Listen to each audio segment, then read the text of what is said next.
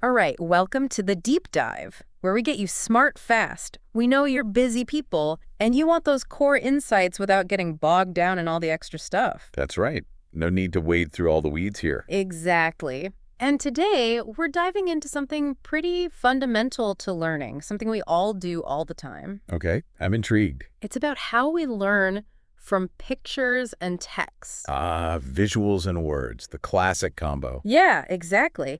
Does it actually matter which one we see first? Like, do we learn better if we see the picture before the text or the text before the picture? That's a good question. I feel like I have my own assumptions, but I'd be curious to see what the research says. Well, you'd think there would be a simple answer, right? Yeah, you'd assume there'd be some kind of magic formula. Picture, then text, or Yeah. vice versa. Like one way is just clearly better. Right. But it turns out when you actually dig into the research, it's kind of all over the place. Oh, really? Yeah, some studies will say that, yeah, the picture first approach is better, but then others will say, no, no, no, you got to start with the text.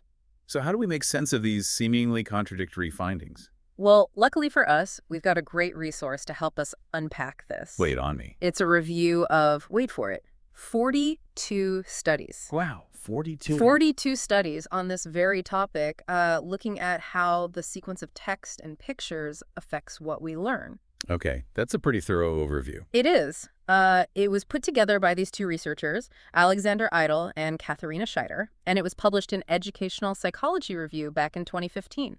All right, so what's the mission for today's deep dive then? What are we hoping to figure out? Our goal is to wade through all of this research and come away with a clearer understanding of when seeing a picture before reading text is the better approach for learning, and when it actually makes more sense to reverse that and start with the text. So cutting through the confusion and finding those key factors that make one sequence better than the other. Exactly. So let's get into it. Let's start with those conflicting findings that you mentioned. The review highlights this kind of split in the early research. Right, because as you said, you've got some studies, like one by Robinson and his colleagues in 2003, and another one by Verdi et al. Yeah. In 1997, where they found that showing the picture before the text actually led to better learning outcomes. Right. It's that old adage, a picture's worth 1,000 words. It kind of makes sense, right? Yeah, like you're setting the scene or giving people that basic mental image, and then the text can kind of expand on that and provide more detail. Yeah, it feels almost intuitive in a way. But then you have, as we said, those studies that found the complete opposite. Like, flip the script, got to start with the text. Yeah, like you've got Huff and Schwann in 2008 and Shaw et al. Oh. In 2012. They both found that presenting the text first was actually better for learning. It really makes you wonder, is there any rhyme or reason to all this? It can seem that way, but as the review points out, it's not really about the sequence itself in isolation. Okay, what do you mean? Well, the key seems to be what kind of information you're trying to learn and how you're being tested on that information. So the what and the how, not just the order. Interesting. Yeah, it's kind of like using the right tool for the job. You wouldn't use a hammer to tighten a screw. Makes sense. So when it comes to visuals and text, the job is about what we need to remember, what kind of understanding we're aiming for. Precisely. And the review breaks down these different jobs, so to speak, into two main areas. Okay, where are they? The first is memory and recall. This is about how well we can store information and then pull it back out later. And a big factor here is this thing called the recency effect. Recency effect. Does that mean like remembering the most recent things better? Exactly. Yeah. We tend to remember things we've encountered more recently better than things from further back. Oh yeah, I can definitely relate to that. And when it comes to memory in general, the idea is that the stronger and more interconnected our mental representations are, the easier it is to remember that information. So it's not just about putting information in our brains, it's about how well we connect it to other things we know. Exactly. Think of it like a network. The more connections you have, the more pathways there are to access that information. And this is where the bushiness hypothesis comes in. Okay, bushiness hypothesis. Huh. That sounds interesting. It's a pretty cool concept, actually. It was proposed by this researcher named Baggett back in 1984. Okay, so what's bushy about memory? Well, Baggett's idea is that when we encounter a visual concept, like through a picture, it has the potential to activate more associations in our minds than a verbal concept we get from text. So the visual concept is kind of bushier, in terms of its connections to other things we know. So if I see a picture of something, even if I don't know exactly what it is, my brain might start making connections to other things that look similar or function in a similar way. Right. Let's say you see a picture of a complex machine. Even if you don't know anything about mechanics, your brain might go, hey, that kind of looks like that other thingamajig I saw once. And then when you read a text explaining the machine, those pre-activated connections give the new information more hooks to latch onto. Oh, I see. So it's like the picture sets the stage, and then the words have all these pre-built connections to build on. Exactly. And Baggett actually did a study to test this, where people had to try and remember the parts of a construction kit. Some people saw a film of the kit being put together first, followed by a narration explaining it. Others heard the narration first and then saw the film. Okay, and what did they find? They found that people remembered the parts better when the film, the visual, came before the narration. And this was especially true for people who didn't know much about construction kits to begin with. So for someone totally new to a topic, starting with visuals might build a richer foundation for understanding and remembering later on. That's the idea. And it kind of ties into another important theory about how our brains process information. Pavio's dual coding theory. Have you heard of that? I think I have. It rings a bell, but I couldn't explain it. Well, the gist is that we have two separate channels for processing information. One for verbal stuff, like words, and one for nonverbal stuff, like images. Okay, words on one side, pictures on the other. Right. And the idea is that the more we can activate both of these channels when we're learning, the better we'll remember that information. It's like creating a richer, more multifaceted memory trace. So if we see a picture and read some text about it, we're activating both channels and making stronger connections. Exactly. And some researchers, like Kulhavi and his colleagues, have taken this dual coding theory and applied it to how we handle things like maps. Ah, maps. I love maps. But I've also definitely had those moments where I'm staring at one completely lost. We've all been there. But maps are interesting from a memory perspective Yeah. because they tend to be processed as whole units. It's like our brains see them as one big chunk of information. So instead of processing each street and landmark individually, we're taking in the whole layout at once. Right. And this relates back to what's known as the magical number 7 in short-term memory. Ah, I've heard of that. That we can only hold like 7 things in our mind at once. Plus or minus 2, yeah. So by presenting a map first, you're giving the brain this one big visual chunk that it can hold on to. Then, when you start reading the text that describes specific locations or routes, you can keep that map in mind as you process the linear textual information. It's like the map is a container and the text is filling it with details. That's a great way to put it. And this simultaneous processing can lead to better recall because you're creating stronger links between the visual layout and the verbal descriptions. So picture first, text second, for maps at least. It seems that way. The review mentions studies on map learning by Dean and Enemo and Verdi et al. That support this idea. And actually, this benefit of picture before text for recall seemed to go beyond maps. Oh, really? Yeah, Verdi and his team did another study where they showed middle school students biology diagrams either before or after reading the accompanying text. And they found that the students remembered the concepts better when they saw the diagram first. Again, that visual providing the framework, the mental scaffolding. Exactly. It's like giving them a mental model to hang the textual details on. What about things like graphic organizers or kind of like visual summaries, right? Do they fit into this picture-first advantage? They absolutely do. Graphic organizers are great for representing relationships between ideas in a spatial way. They Yeah. give you the big picture up front, which can be really helpful before you dive into the nitty-gritty details. Okay, so if I'm facing a dense chapter in a textbook, maybe looking for a graphic organizer or creating one myself beforehand could help me remember the key points better? That's a great strategy. Research actually supports this. Studies by Robinson et al. And Simmons et al., both looking at how graphic organizers affect learning, found that seeing the organizer before reading the text led to better recall of the main ideas and how they connect to each other. Fascinating. So we've got some good evidence for picture first when it comes to remembering things, especially when those visuals provide structure or context. But the review also mentions these ideas of verbal overshadowing and transfer inappropriate processing shift. What are those about? Right. Those are interesting phenomena where words can actually interfere with visual memory. It seems counterintuitive, but there's research to back it up. Okay, tell me more. How can words mess with our visual memories? Verbal overshadowing is this weird thing where if you try to describe a picture you've seen in words, It can actually make it harder to recognize that same picture later. Seriously, so putting it into words can distort the image in our memory. It's like your brain shifts from processing the holistic visual information to focusing on the specific verbal labels you've given it. And that can disrupt the original memory trace. Wow, that's wild. And what about transfer inappropriate processing shift? How does that relate? It's a similar idea, but more about how the way we initially process information might not be the best way for a later task. Like if you're shown a picture and asked to describe it in words right away, you might focus on certain details that aren't actually relevant to recognizing the picture later.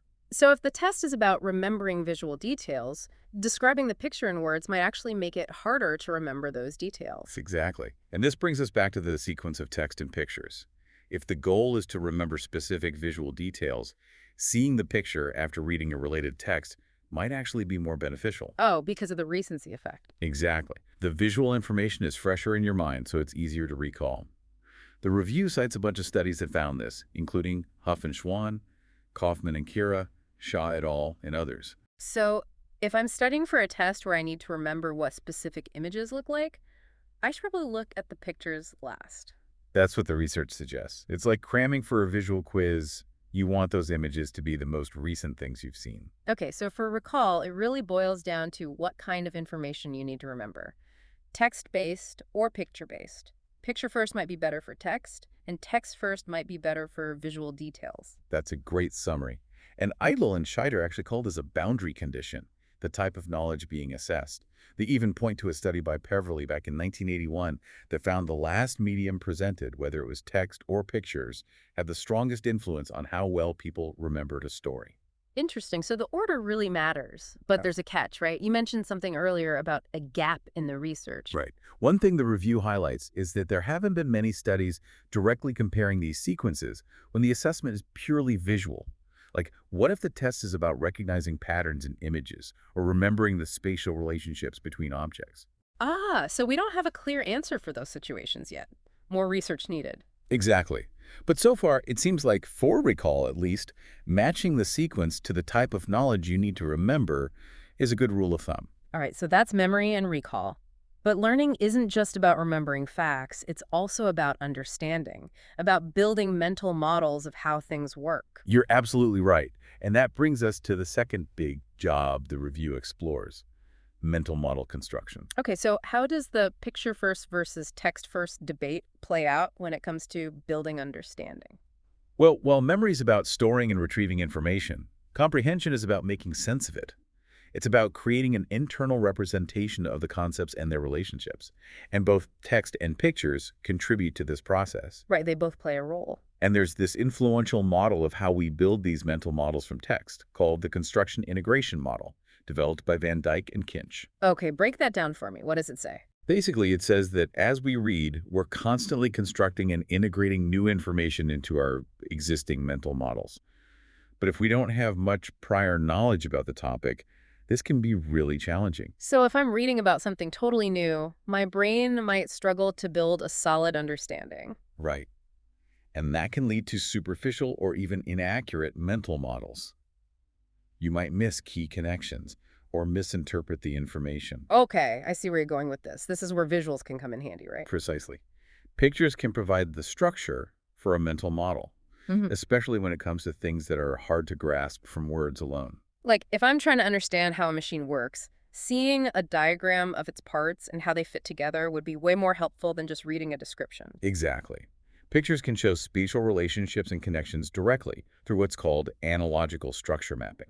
They provide a concrete visual representation that can be much easier for our brains to process and understand compared to abstract textual descriptions. So the picture gives us the blueprint, the skeleton, and then the text can flesh it out with details. That's a great analogy. And there's research to support this.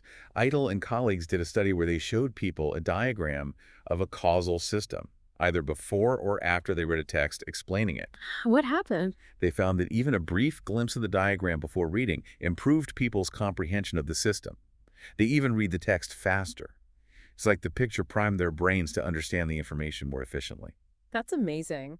So, a quick visual overview can boost both our understanding and our reading speed. It seems that way. And similar findings have been shown in studies on learning complex biological processes, like mitosis and meiosis.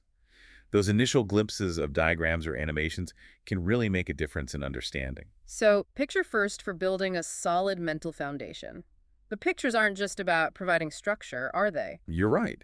They can also help us avoid misinterpretations when we're reading. Well, because pictures are more direct in their representation, they can limit the range of interpretations we might make from text alone. They act like a concrete example, reducing ambiguity and making the information more clear. Oh, I get it. It's like if I'm reading a description of a new gadget and I'm not quite picturing it right, seeing a picture can be like, oh, okay, that's what it looks like. Now the description makes sense. Exactly. And a classic example of this is the Bransford and Johnson study you mentioned earlier, with the confusing passage about doing laundry. Ah, yeah, the one where the passage made no sense until you saw the picture. Right. Without the picture, people really struggled to understand what the passage was even about. But when they saw the picture first, their comprehension skyrocketed. The picture provided the context they needed to make sense of the words. It's like the picture unlocked the meaning of the text. Exactly. And this highlights what's called the interpretation function of visuals. They can guide our understanding and prevent us from going down the wrong interpretive path. Okay, so that's another point for picture first. But now I'm remembering that you mentioned earlier that text before picture can sometimes be better, especially for complex visuals. Why is that? Right. When we're dealing with really complex images, like a detailed weather map or a medical diagram with tons of labels, it can be overwhelming if we don't know what to look for. Yeah, too much information at once. My brain just shuts down. Exactly. And that's where text can be really helpful. If we read some text beforehand that provides context or explains key concepts, it can activate our prior knowledge and guide our attention to the most important parts of the image. So it's like the text gives us a roadmap, helping us navigate the complexity of the visual. Precisely. It helps us filter out the noise and focus on what's relevant. And this is connected to what's called the information reduction hypothesis. Having some prior knowledge beforehand helps us process complex information more efficiently. That makes sense. So if I'm about to look at a super detailed diagram of, say, the human circulatory system, reading a bit about how the heart and blood vessels work beforehand might help me make sense of that visual information overload. Absolutely. And the review highlights a study by Can-Am and Hegarty where they used eye tracking to show that people with more prior knowledge about weather maps actually looked at the important parts of the map more efficiently when they were shown a map. Wow, that's really cool. So the text literally guides our eyes to what matters most. It seems that way. And this idea of text guidance extends to situations where text is presented at the same time as the picture. Like captions or labels on a diagram. Exactly. The text can provide those extra bits of information that help us interpret what we're seeing. And even simple things like arrows or highlighting, what's called signaling, can make a big difference in how effectively we process the information. So for those complex visuals, a bit of text guidance can be really helpful, whether it's beforehand, alongside, or even integrated into the image itself. Exactly. And this brings us to the second boundary condition that Idle and Scheider identify, the relative complexity of the text and the picture. Okay, so the complexity matters, not just what kind of information we're trying to learn. Right. The idea is that for better comprehension, it's often beneficial to start with the medium that presents the less complex information. That initial, easier to process information can then provide a foundation for understanding the more complex information that follows. So if the core concept is easier to grasp visually, start with the picture. If it's easier to grasp through text, start with the text. It's about managing that cognitive load and building understanding step by step. Precisely. However, just like with the type of assessed knowledge, the review points out that we need more research directly investigating this complexity factor. There are still a lot of questions to answer about how the complexity of text and pictures interact with the best sequence for learning. Absolutely. And speaking of needing more research, the review ends by highlighting some interesting future directions. What are some of the big remaining questions in this area? Well, as we've discussed, we definitely need more studies that compare different presentation sequences while carefully controlling for what's being tested, especially those purely visual assessments. And we need to dive deeper into how complexity influences the ideal sequence. And it sounds like getting a better understanding of what's happening in our brains as we learn is key. You got it. Using methods like eye tracking and think aloud protocols where people verbalize their thoughts as they learn can give us really valuable insights into how the sequence of text and pictures affects those cognitive processes. We need to see those wheels turning in real time. Exactly. And it's not just about the material itself, but also about individual learners. We need to consider how factors like prior knowledge, reading ability, and visual spatial skills interact with the text-picture sequence. What works best for one person might not work best for another. We all have our strengths and weaknesses as learners. Exactly. And even seemingly small things like how the material's presented, the size of the chunks of information, and how quickly it's shown could play a role. These are all areas ripe for further exploration. So much more to learn. But to wrap things up for our listeners, I think the key takeaway here is that there's no one-size-fits-all answer to the picture-first versus text-first debate. Couldn't have said it better myself. It really depends on what you're trying to achieve and the nature of the material itself. Are you trying to memorize specific details, or are you trying to build a deeper understanding of a concept? Is the visual really complex, or is it pretty straightforward? These are the questions we need to ask ourselves. And by considering these factors, we can make more informed choices about how we engage with information in our daily lives. This has been such an illuminating deep dive.